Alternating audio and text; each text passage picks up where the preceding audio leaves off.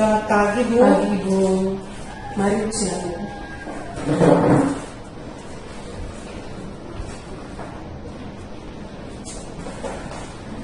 Ini saya pagi-pagi datang di sini mau bertemu.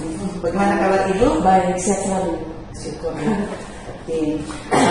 Begini Ibu, saya mendapat penugasan untuk melakukan pengamatan atau observasi terhadap kegiatan pembelajaran yang Ibu akan laksanakan di kelas.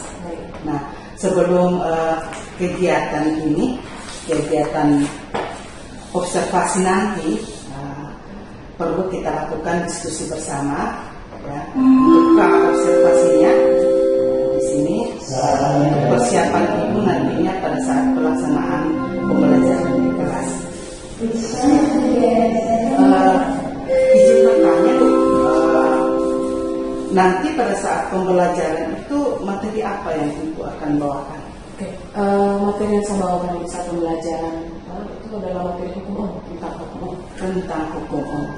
Apa tujuan dari pembelajaran nanti?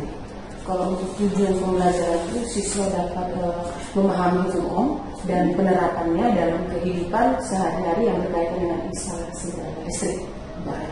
Jadi penerapan hukum Om dalam kehidupan sehari-hari, terlebih karena memang ini jurusan instalasi tenaga listrik, maka penerapannya pada saat pemasangan instalasi tenaga listriknya.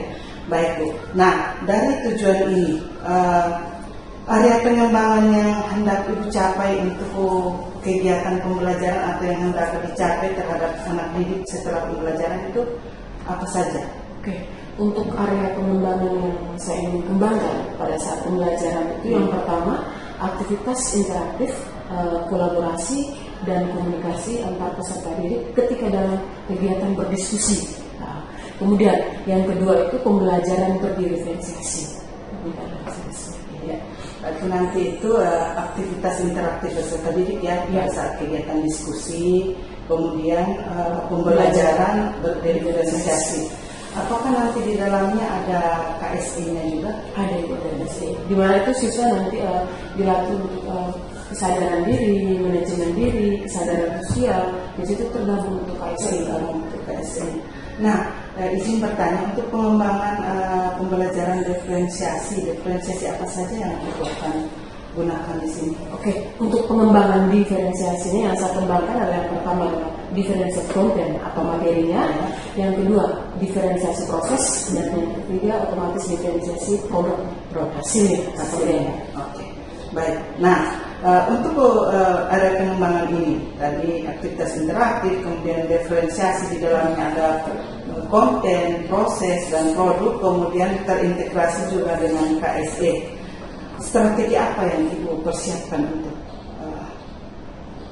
angkat?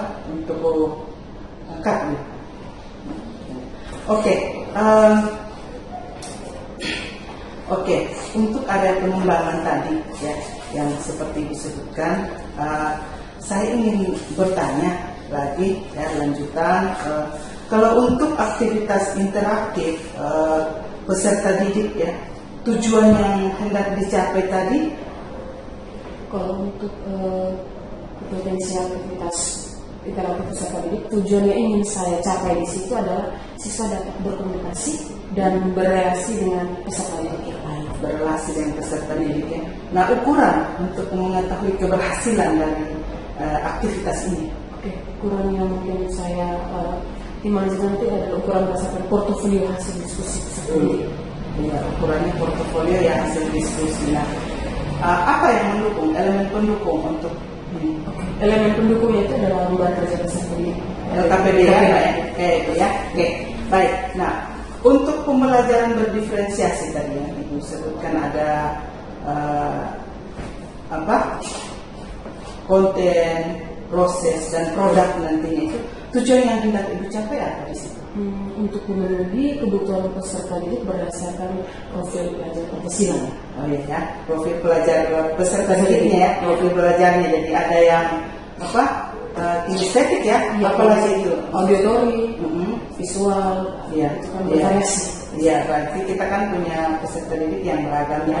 Nah, ukuran keberhasilannya apa, Bu? Untuk peserta didik dia mampu memahami dan menerapkan hukum tersebut. Mampu memahami menerapkan hukum tersebut. Elemen pendukungnya apa ya? Yang pertama otomatis konten materinya dan yang kedua LKPD-nya.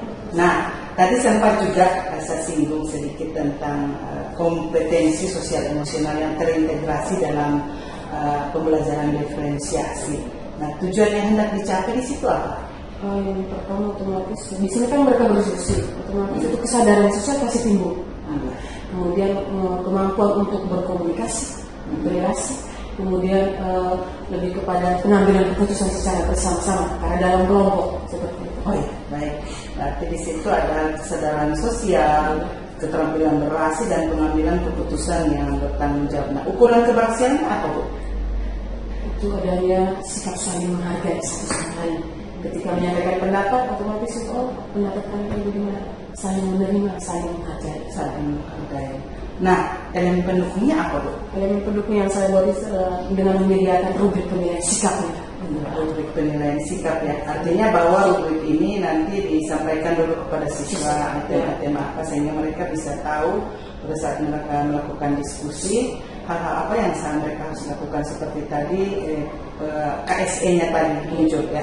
Baik, pertanyaan terakhir nih, Bu. Strategi apa yang Ibu siapkan untuk kegiatan pembelajaran nanti?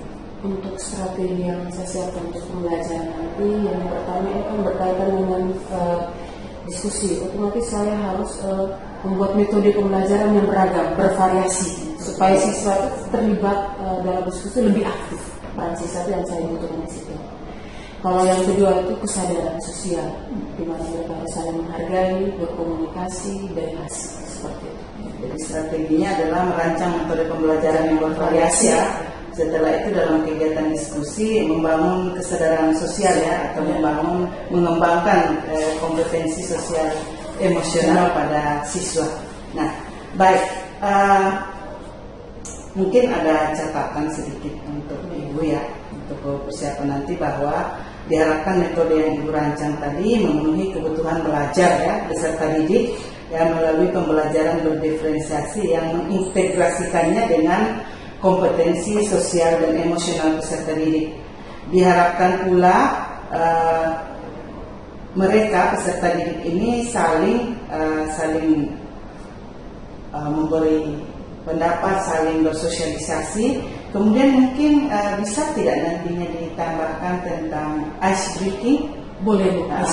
Ice breaking supaya pembelajaran lebih relax untuk mereka juga lebih fokus. Mungkin kalau ada kebosanan sedikit dengan ice breaking akan membangun motivasi mereka. Baik Ibu, mungkin ini saja yang perlu kita bicarakan untuk persiapan Ibu nanti melaksanakan kegiatan pembelajaran yang pastinya saya akan hadir di kelas untuk melaksanakan observasi. Nah, setelah selesai kegiatan pembelajaran nanti kita akan bertemu lagi, berbincang lagi, menindaklanjuti bagaimana penerapan Ibu di dalam kelas, hasil dari pembelajaran di kelas untuk yang saya observasi. Nanti itu juga mungkin kita akan bersama-sama dengan pengajar praktik pendamping saya sebagai calon guru penggerak. Terima kasih banyak Bu atas waktunya. Selamat pagi dan saya menunggu sukses dalam kegiatan pembelajaran. Baik, sama-sama.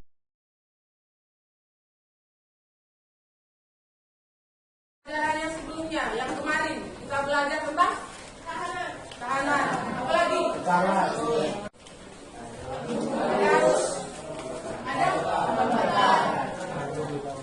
hambatan apa lagi apa kemarin Pak? Tahanan.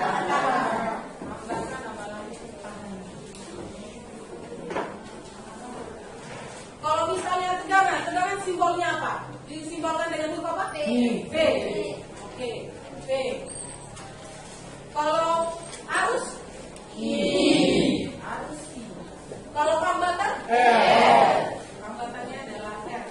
Kalau misalnya UV adalah tegangan, satunya apa? Oke, volt. Kalau arus dilambangkan dengan huruf I, satunya apa? Kalau hambatan dilambangkan dengan huruf R, satunya? Oke, ohm. Jadi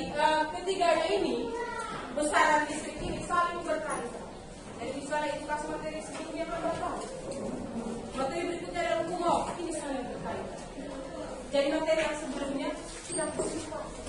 Ingat terus. Karena hari ini kita akan belajar tentang hukum.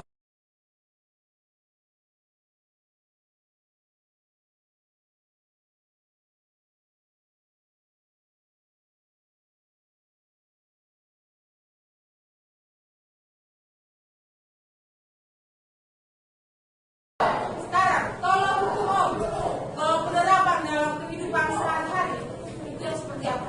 Karena dia berkaitan. Ada tugasnya, harus ada tambah. Oke. Untuk selanjutnya, untuk lebih mendalami. Kalau lebih mendalami jangan saja ibu yang berbicara nih. Lebih mendalami, silakan bentuk kelompok ya. Kita buat kelompoknya seperti yang kemarin, dibuat yang sama. Kita diskusi, berdiskusi. Jadi minta berdiskusi, bukan bercekcok, berdiskusi. Bisa? Silakan bentuk kelompoknya seperti kemarin.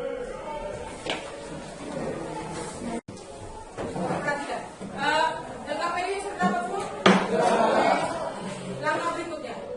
Silakan pilih ketuanya, silakan pilih moderatornya, silakan pilih yang membawakan presentasi sebentar. Yang berikutnya, silakan tulis nama anggota kelompoknya. Ibu minta kerjanya bisa? Bisa.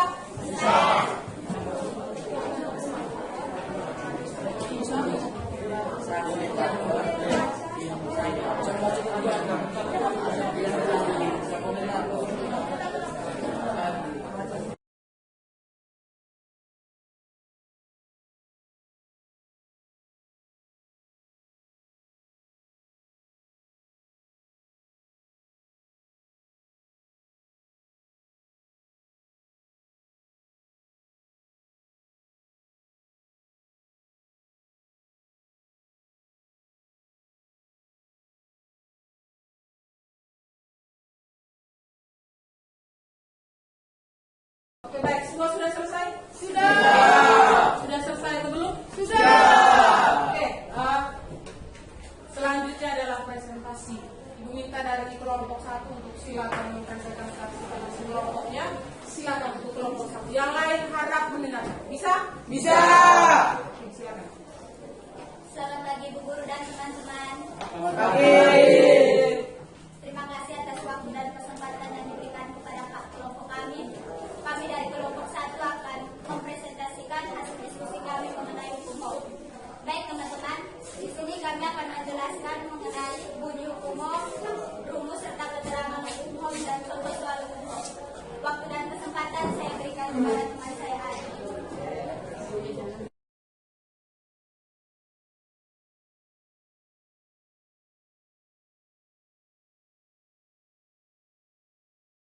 Ada yang ingin memberikan pertanyaan?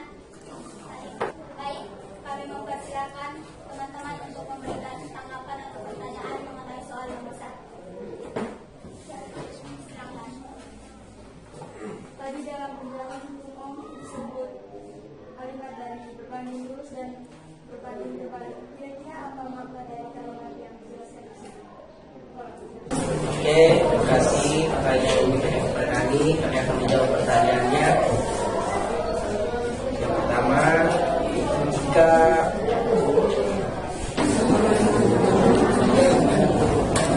Bila tadi matanya berbanding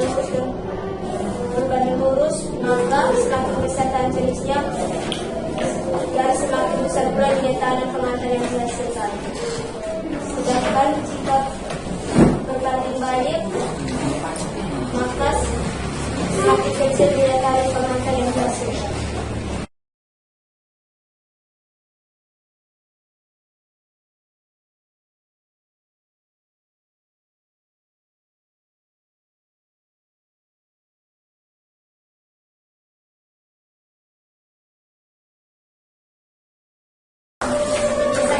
Sekian hasil presentasi kami pada pagi hari ini. Terima kasih. Selamat pagi ya.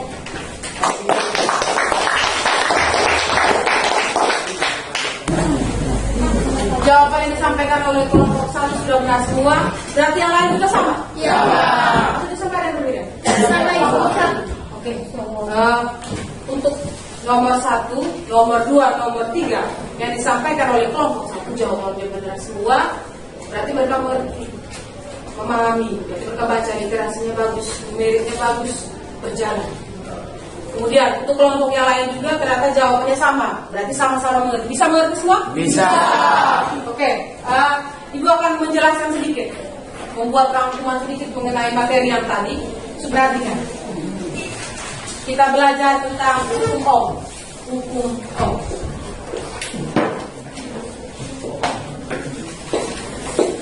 Kalau hukum Ohm, Ibu, kenapa disebut hukum Ohm? Karena yang membuat hukum ini orangnya itu bernama George Simon Ohm. George Simon Ohm. Bukan Simon yang ini. Bukan Simon yang ini. Yang ini kata Simon ini Kardinal Simon, beda. Kalau Kardinal Simon Ohm itu mungkin Simon Bego. Oke, perhatikan. George Simon Ohm. Dia yang membuat hukum, makanya dia disebut dengan hukum Ohm. Dia buat hukumnya seperti ini. Kuat arus listrik berbanding lurus dengan tegangan. Kuat arus listrik berbanding lurus tegangan dan berbanding terbalik dengan hambatan.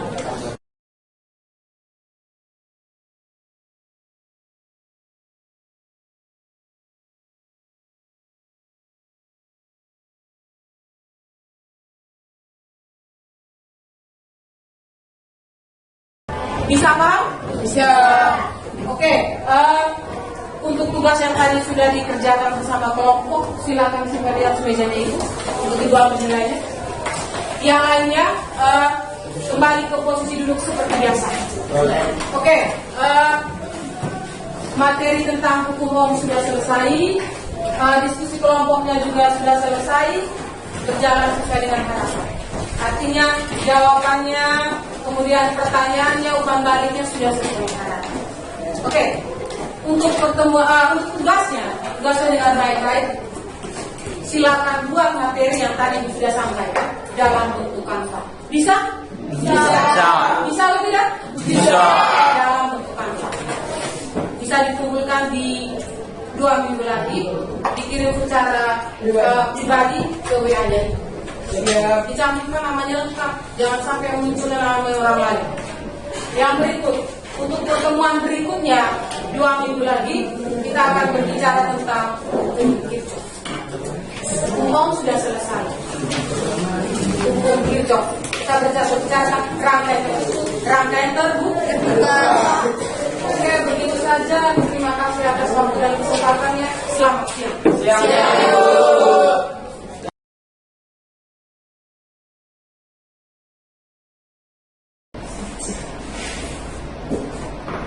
Selamat siang, perkenalkan saya Bernada Stapi, calon guru penggerak angkatan 10 Kabupaten Sika, Nusa Tenggara Timur. Kita bertemu lagi di dalam kegiatan pasca observasi. Di sini saya bersama dengan Ibu Petronella Irmina Kolo sebagai rekan sejawat yang telah saya observasi tadi, kemudian juga bersama Bapak Octavian Sudapitso sebagai pengajar praktek untuk calon guru penggerak angkatan 10. Baik, selamat siang Ibu Irma, selamat siang Bapak Octavianus. Kita akan mulai percakapan pasca observasi. Ibu, di percakapan pasca observasi ini saya akan mengajukan beberapa pertanyaan terkait dengan jalannya proses observasi kelas yang Ibu lakukan dengan tujuan untuk mengevaluasi sejauh mana proses pembelajaran yang Ibu telah lakukan di kelas. Nah, untuk pertanyaan pertama, Ibu, bagaimana perasaan Ibu terkait jalannya kegiatan pembelajaran yang saya observasi tadi di kelas? Oke, baik. Untuk pembelajaran yang saya lakukan di kelas tadi, yang pertama hal yang saya alami adalah yang pertama tegang, karena ini hal baru bagi saya. Dan yang kedua adalah senang. Kenapa senang? Karena di sini selama pembelajaran ada satu hal baru yang saya temui adalah pembelajaran berdiri tersiasi. Di mana dalam pembelajaran tersebut saya menggunakan metode pembelajaran diskusi dan tanya jawab. Di situ terjadi pembagian kelompok. Jadi pembagian kelompok di sini ada yang sangat mampu, ada yang kurang mampu, ada yang tidak mampu. Dari situ saya mengalami beberapa hal di mana ternyata seperti ini kalau pembelajaran berdiferensiasi. Jadi di sini saya ditekankan untuk lebih ekstra membimbing siswa yang tipikalnya kurang mampu. Di sini juga harus ekstra. Kira-kira bagaimana membimbing siswa yang kurang mampu? Itu yang saya alami. Jadi perasaan ibu hari ini ada tegangnya karena baru pertama kali diobservasi ya. Kemudian ada senangnya karena ada ilmu-ilmu baru berkaitan dengan diferensiasi, pembelajaran diferensiasi, utamanya penerapan diferensiasi dalam kegiatan diskusi kelompoknya. Kemudian bisakah ibu ceritakan kembali berdasarkan tadi ada observasi area pengembangan apa saja yang ibu lakukan di dalam kelas dan tahapan pembelajaran apa yang sudah ibu lakukan di dalam kelas tadi? Oke, baik. Untuk yang pertama, area pengembangan yang saya laksanakan dalam proses pembelajaran tadi, yang pertama aktivitas interaksi siswa, di mana siswa dilatih untuk membina, untuk saling menghargai, berkomunikasi dan berkolaborasi. Itu yang pertama. Yang kedua, lebih kepada pembelajaran berdiferensiasi, di mana seperti tadi pembelajaran kelompok. Ibu saya tahu kira-kira seperti pembinaan siswa yang kurang mampu, seperti itu. Nah, area pengembangannya tadi adalah aktivitas interaksi dan pembelajaran berdiferensiasi dalam diskusi. Menurut ibu, bagaimana area pengembangan dalam kelas? Apakah sudah berjalan atau belum? Untuk saya sendiri yang saya alami, ini kan pembelajaran berdiferensiasi, hal baru untuk saya. Jadi ini saya merasa bahwa belum maksimal. Karena ini pertama kalinya saya. Nah, tadi pembelajarannya karena memang baru pertama di kurikulum Merdeka salah satu adalah memenuhi kebutuhan belajar anak dengan pembelajaran berdiferensiasi. Nah, menurut ibu dalam tadi ada yang kurang maksimal tadi. Menurut ibu apa yang menjadi kekurangan atau hambatan yang menghalangi ibu tadi yang ibu hadapi tadi di kelas? Untuk kekurangan kelemahan yang saya alami ada dua hal. Yang pertama itu lebih kepada keaktifan siswa. Ketika mereka diskusi otomatis ada tanya jawab. Masih kurangnya tanya jawab di antara mereka. Yang kedua, ini pembinaan yang lebih kepada siswa yang mampu, tidak mampu dan sebagainya. Di sini saya dituntut untuk memiliki waktu lebih banyak dengan mereka yang kurang mampu. Jadi saya harus ekstra. Kira-kira anak yang kurang mampu saya harus bagaimana? Jadi waktunya itu kan waktunya harus lebih lama untuk mereka. Jadi salah satu hambatan yang ibu hadapi untuk pengembangan ini adalah tadi keaktifan anak-anak, masih ada anak-anak yang kurang aktif berpartisipasi Kemudian waktu untuk bagaimana mendampingi anak yang punya kebutuhan yang harus lebih ekstra kita berikan. Nah, kira-kira apa yang menyebabkan hal ini terjadi dan kira-kira bagaimana pula cara ibu untuk mengatasi hal tersebut? Hal ini bisa terjadi karena di sini kan pembagiannya seperti yang sebelumnya saya bilang baru. Di sini sebelumnya kami mengajar mungkin campur siswa yang otaknya mampu dengan otak yang tidak mampu digabung jadi satu. Jadi sekarang siswa yang kurang mampu sendiri. Jadi itu yang saya kewalahan kira-kira siswa ini bagaimana? Kira-kira ini harus bentuknya bagaimana? Itu yang saya sampai terjadi itu karena pembagiannya lebih spesifik. Mampu tidak mampu. Itu yang terjadi. Karena dari hal ini yang menyebabkan anak-anak yang kurang mampu, kurang aktif dalam kelompok Nah, kemudian dengan waktu tadi. Nah, bagaimana ibu untuk mengatasinya?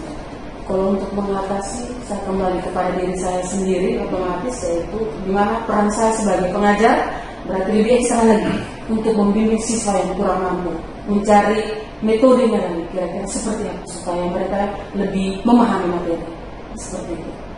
Jadi dengan metode apa kira-kira nanti yang ibu akan lakukan? Mungkin metode yang bervariasi, mungkin diskusi yang lebih menarik lagi. Kira-kira saya harus mencari diskusi yang bisa merangsang pemikiran mereka untuk lebih aktif, apalagi yang tidak mampu.